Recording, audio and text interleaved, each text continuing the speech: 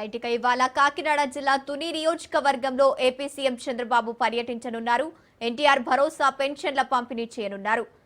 చామవరం బహిరంగ సభలో పాల్గొననున్నారు. చంద్రబాబు పర్యటనకు అధికారులు ఏర్పాట్లు పూర్తి చేశారు. చంద్రబాబు పర్యటన సందర్భంగా చామవరం ప్రాంతం సందడిగా మారింది.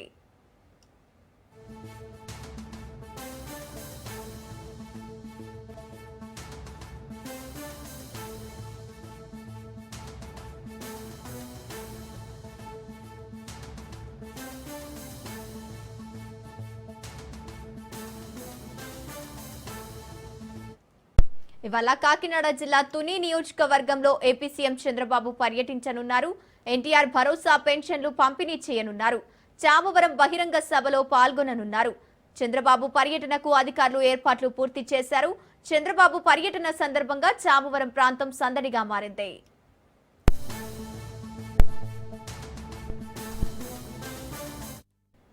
రైట్ ఇక ఇదే అంశానికి సంబంధించి పూర్తి డీటెయిల్స్ మా ప్రతినిధి సిద్ధు ఫోన్ ఇన్ ద్వారా అందిస్తారు.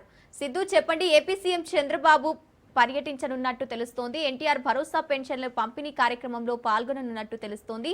ఏర్పాట్లు ఎలా జరుగుతున్నాయి? జిల్లా తుని మండలం చామవరం గ్రామంలో అయితే రాష్ట్ర ముఖ్యమంత్రి పర్యటనకు సంబంధించిన ఏర్పాట్లు అయితే పూర్తయ్యని చెప్పొచ్చు. ఎన్టీఆర్ భరోసా పెన్షన్ కార్యక్రమం ఏదైతే ఉందో ఆ కార్యక్రమంలో అయితే ప్రజావేదిక పార్టీ కార్యకర్తల సమావేశం నిర్వహణకు అన్ని అధికారులందరూ అన్ని ఏర్పాట్లు అయితే పూర్తి చేశారని చెప్పొచ్చు. కార్యక్రమం ప్రాంగణంలో వివిధ శాఖల స్టాల్స్ ఏర్పాటు చేయడంతో పాటు సీఎం పిలిపాడు ఏర్పాట్లు కూడా పూర్తి చేశారని చెప్పొచ్చు. జిల్లా కలెక్టర్ ఎస్పీతో పాటు ఉన్నతాధికారుల క్షేత్రస్థాయిలో ఏర్పాటు పర్యవేక్షిస్తూ సమన్వయం చేస్తున్నారని చెప్పొచ్చు. తుని ఎమ్మెల్యే ఎవరైతే స్థానిక ఎమ్మెల్యే ఉన్నారో ఎమ్మెల్యే దివ్యని కార్యక్రమం విజయవంతం చేసేందుకు ప్రత్యేకంగా ఏర్పాట్లు సమీక్షించి అధికారులకైతే సూచనలు చేశారు. అయితే సీఎం పర్యటన నేపథ్యంలో చామవరం ప్రాంతంతో సందడిగా మారిందని చెప్పొచ్చు.